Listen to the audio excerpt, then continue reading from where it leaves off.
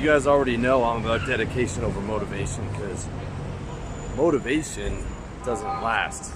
Motivation is a symptom of a problem.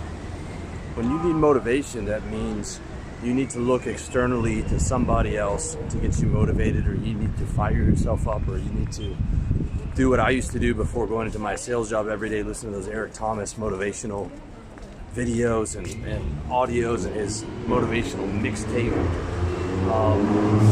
Means you don't like what you're doing. You're not living an inspired life. You're not living your true mission.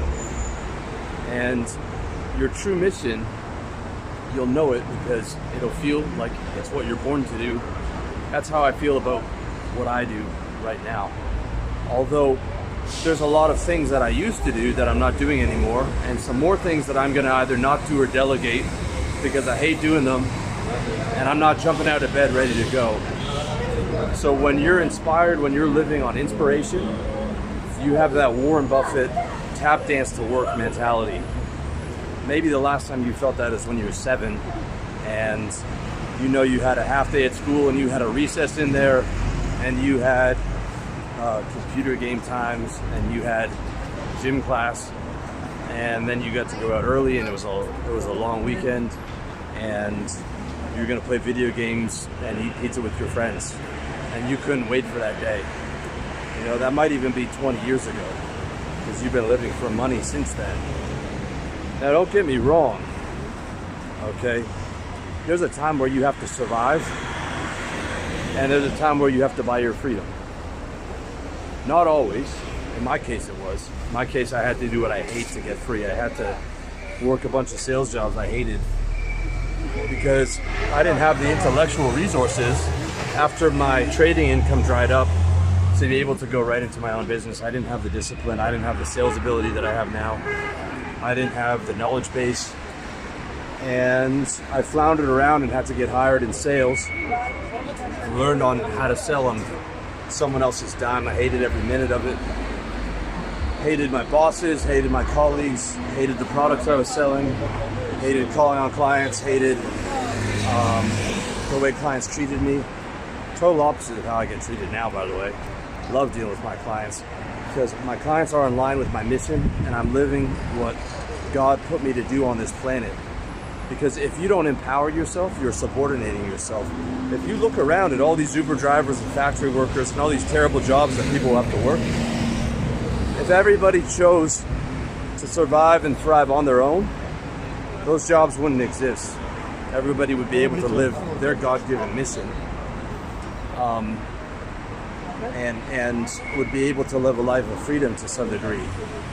You know, some more than others, but ultimately, 99% of people aren't free, and that's because 99% of those people are willing to subordinate themselves out of fear and out of lack of knowledge for having to tap into what their gift is, learn how to sell it, and be able to provide, survive, and thrive for themselves. Because imagine a world where, you know, people weren't willing to do bullshit jobs. You know, we'd have to find other ways. We'd have to use robots. You know, some jobs wouldn't exist. You know, some jobs would have to be done by family members or whatever it is, because everybody would be on mission. But that's not the world that we live in. And for some people, they're okay with that.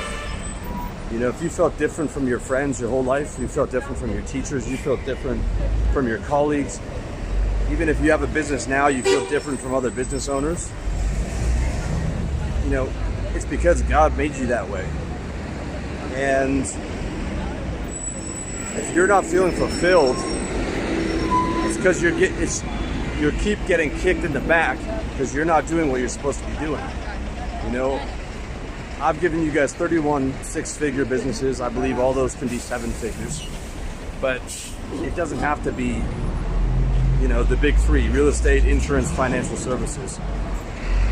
When I was 30, I'm 37 now, I started RLD.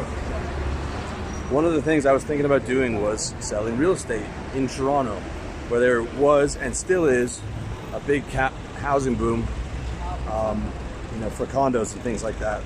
I had enough sales training, I had money, I had resources, I knew what I was doing, but I had no passion for it.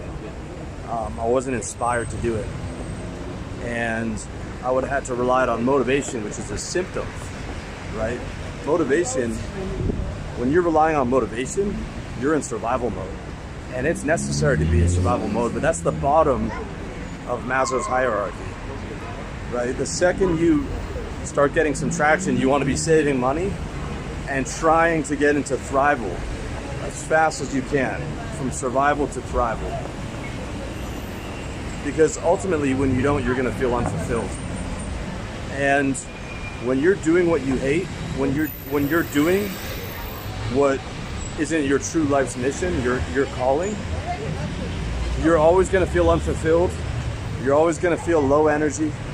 You're always going to feel like Jeb Bush on the campaign trail, low energy.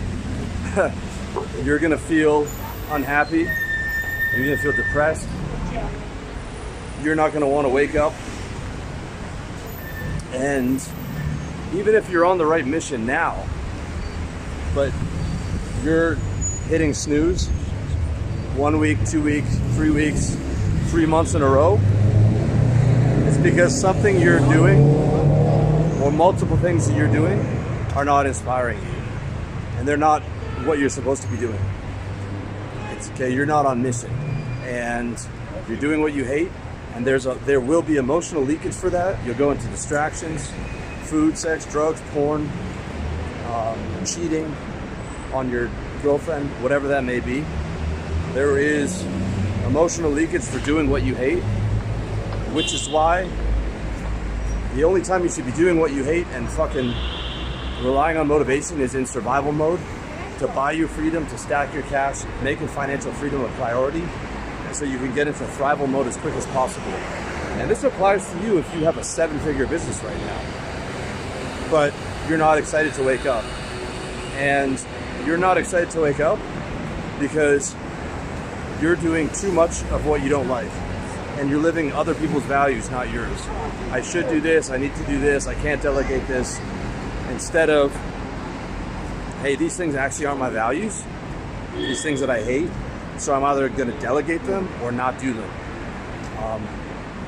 There's some accounting that I just don't do anymore, because ultimately I just look at my numbers every month and see how I did.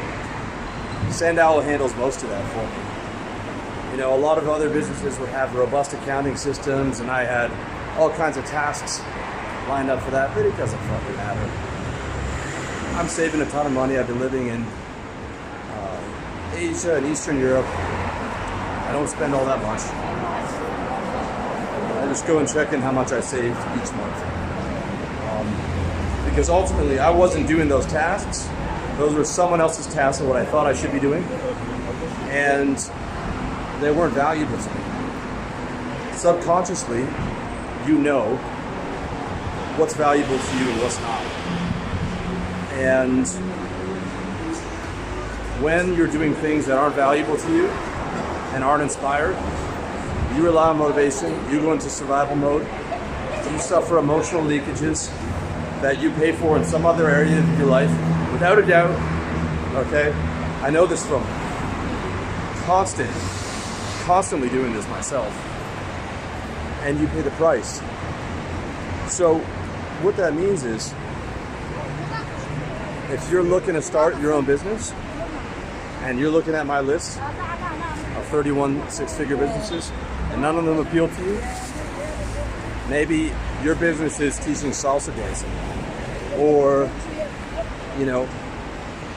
something else that you're inspired by, that you're inspired to do every day.